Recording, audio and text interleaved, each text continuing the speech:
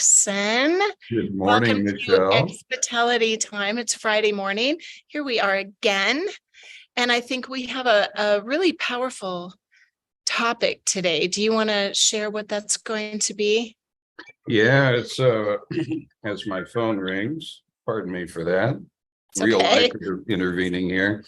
Yeah, This morning, we've had a lot of real life this morning, I think. well, as with every morning, right?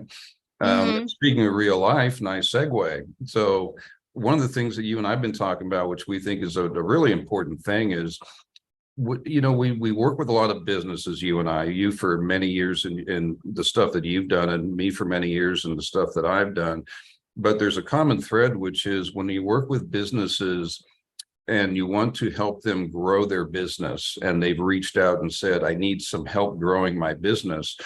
One of the first things we run across is the idea that if somebody wants to change their business, it involves a lot of trust. Because when you've had a business for a long time, or just acquired a business even, you want things to get better, or in the case of a new business, get off to a fast Yeah. start. You've had a business for a long time, maybe you're in the ruts and you're saying there's got to be more. What else is there? And then when you engage your appropriate team, the agents of change, to come in and help you affect that change, some of the first reactions are, but I've not done it that way before, or this is new to me, or I feel like I'm giving away some of my power or authority.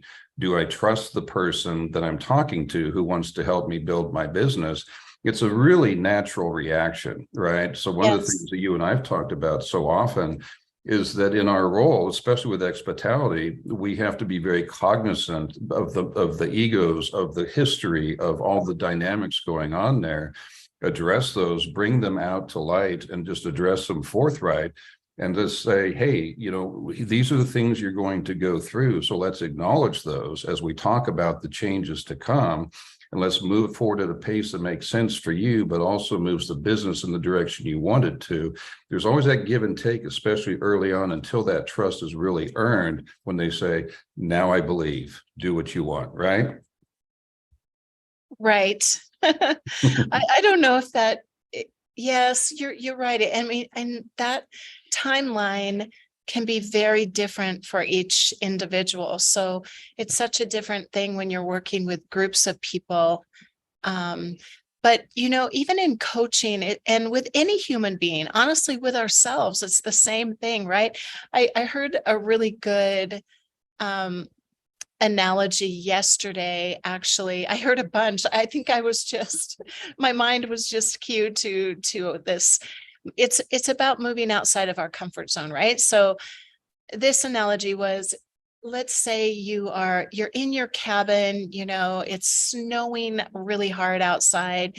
You say that you want to keep your house really warm through the night, and the fire is going and it's kind of starting to dwindle, but you'd rather stay in the comfort of yesterday's fire than go out into the snow and fight the blizzard to gather more wood, right? And this is just how we're wired, really. We're so protective. And it's difficult sometimes for us to perceive the payoff of the pain. And we don't even know what our comfort zone is until we're being threatened. So Right. yes, it honestly, this is the single most powerful thing that holds people back in anything, I believe. It's all a mindset thing. So Yeah, it is 1,000%. And again, it's natural, right? I mean, especially if you've had a business for a long time. Again, you have the desire to get better, but the new ideas will come as new ideas, and a new idea is just that. I hadn't thought of that before. So maybe feels threatening, or maybe it's just so new that I have to kind of let sit with this for a minute and kind of make sure I'm okay with this. Then there's that certain point at which they have to just trust, right? And the trust is earned. You have to be valid and present for them and make sure they're aware of that, not come in as a steamroller or a bulldozer and say, we want to work through this with you and co-author this story with you and co-author the success with you. We're not a threat. We're here to help. And that generally will help ease and compress that timeline somewhat. But again, I mean, to your point, it's a very natural reaction. And that's, I think the good consultants, we consider ourselves surely that, are going to always be mindful of who our audience is and speak in Yeah, ways they're going to bring that kind of comfort and familiarity and let us prove. And once you start seeing a few results, then it becomes so much easier, because when it's a concept, it's a concept. When it becomes actual, then they say, okay, now I see the path. absolutely. I mean, that's the coaching part, right? Consulting is one thing. That's kind of the outside in. But when you're the powerful part, like in terms of the solution, because we want to leave people not only better off than when we arrived, but more independent and more able to work through those inner obstacles and barriers than they were before, So I think one of the ways of doing that is it's repeating again and again. Like coaching takes a long time to build trust, Mhm. oftentimes, most times. And as they gain their footing and they build more confidence, we don't like the best scenario is when they don't even know that you helped them. That's right. It's really an inner thing, and they realize, oh, I helped myself. It's like a little child when you teach them how to tie their shoe, and you make it fun and interesting, and then they do it. You're not doing it for them, or the power has to come from inside of them, or all the changes you make are not going to be sustainable for that business. So it's a very delicate balance between, look, this is what's the consequence of continuing in this direction. It's going to be dire, and they have to own that pain and make those decisions. It's like a sharp edge sometimes, right? Well, it really is. And it's something that I think a lot of folks probably don't give a lot of attention to. I know that you and I do quite a bit, but to your point, and I think it's a really excellent one, the role of a coach or the role of a consultant is not to hold information hostage, it's to share it freely and give those skills to another so that they can learn and acquire those skills, make those part of their repertoire, their personality, and to your Yes. point, make them stronger and more success capable. That's when we've done our job well. But just to show up and say do this and then leave is a disservice to the business and to the individual as a human being. You want to have them acquire those skills and make them want to yearn for that knowledge so that now they are self-sufficient. That's when we've done our job well. Mhm. Yeah, and unfortunately, human beings are highly motivated by pain, right? So if you come into a business and they really are failing or whatever, it's like the same with anyone that I coach one-on-one or any business. We're just that way. If you're really hurting, you're more motivated to change, right? But if it's like we're trying to introduce new concepts and show you ways that you can double, triple, quadruple your revenue, and you're going to have to trust us one baby step at a time because the foundation has to be laid. That takes more time for them. And yeah, just so it is about trust. You started the conversation like that, and Yeah.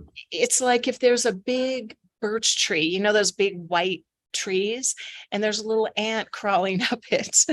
um, all that ant, and I'm not trying to like say business owners are ants because Good. I'm dealing with, I mean, we all deal with this in terms of perspective, but all you can see is like what's before you. Yeah. But we're standing back, right? And we can see the entire tree. We know where you're going. We know what the top of the mountain is like. And um, so it really does come down to little baby steps and trust. Take this step. Let's prove the concept and then let you know that you made that happen. We didn't make it happen. We don't need the the accolades or the praise. In retrospect, it all kind of, it's really teamwork. It's people working together for a shared objective and goal. And it's usually about the dream. I do want to say one other thing to this while it's on my mind. It's largely like I've worked with a lot of solo people who have small businesses, right? And they have been grinding it out, right?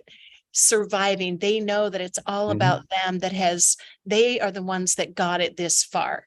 Yeah. And that's where the ego gets involved. It's just a natural human thing again. But it's like, wait, I made this happen. And now you're coming in here and telling me that I need to do this in a different way.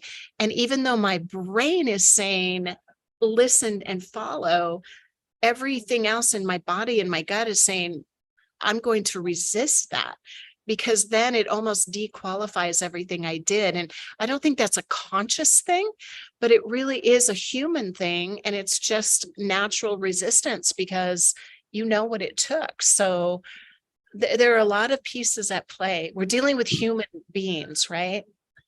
Yeah, and there's another aspect of this whole thing that I think almost kind of wraps the whole thing in a tiny little package, which is, we talked about trust. If you're going to change, you have to have trust in somebody and believe that what they're telling you is valid, have some proof of concept that what they're saying does make sense, that Yeah. is actionable, it does make a difference. But there's something very inherent in that also, in that in our role, we have to be very patient and understanding of the client. But that's also a two-way street. The client in turn has to be respectful of the time that it takes to get to this endpoint, realizing that this isn't something where you just add water and exist. You don't hire a consultant or a coach and everything changes that day.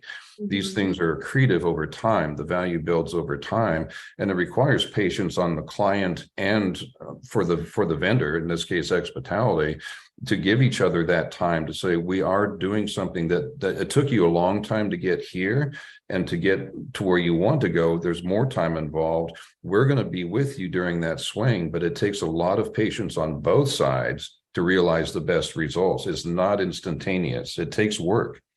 It absolutely does. And a lot of it is work they don't think they're going to have to do. It's inner work. It's inner resistance. And I mean, as you were speaking, I was thinking of a client I had on the phone the other day. I've been working with them for 5 years. Okay. And we're on this Zoom call. And the guy, I will not name names. I love this client very, very much. But he said something and I couldn't help just kind of laughing a bit, because I've been saying this like pretty much every week for 5 years. But you know what? Now it's his idea. And so it will now affect the business and it will change everything. I'm not going to go into detail here. But yes, and sometimes for all of us, it takes repetition. And often we know what we need to do to some degree, but the implementation is very challenging. And that too is an inner job. So I love that you have the notion that we can wrap it all up in a beautiful little package, because that's what we have to do because of time restraints today. But it's one of those packages that, like, when you open it, it's like Mary Poppins bag. It just, stuff keeps coming out of it, I know you're not a Mary Poppins fan. I didn't want to say Pandora's box because has Understood. connotations, but it's like a magic bag, right? Or a magic box. So we could speak to this for literally decades, probably. And we will be speaking to this for decades. But I think for today, the takeaway really is be patient with yourself and others, and be willing to go through the painful process of stepping outside of the comfort zone. It's that there's so many quotes about it, right? But it's like, it's a beautiful feeling place, but nothing grows inside of that comfort zone, and everything lies beyond fear. So if you're afraid to do it, it's often an invitation to be better and to grow. And that's what it takes.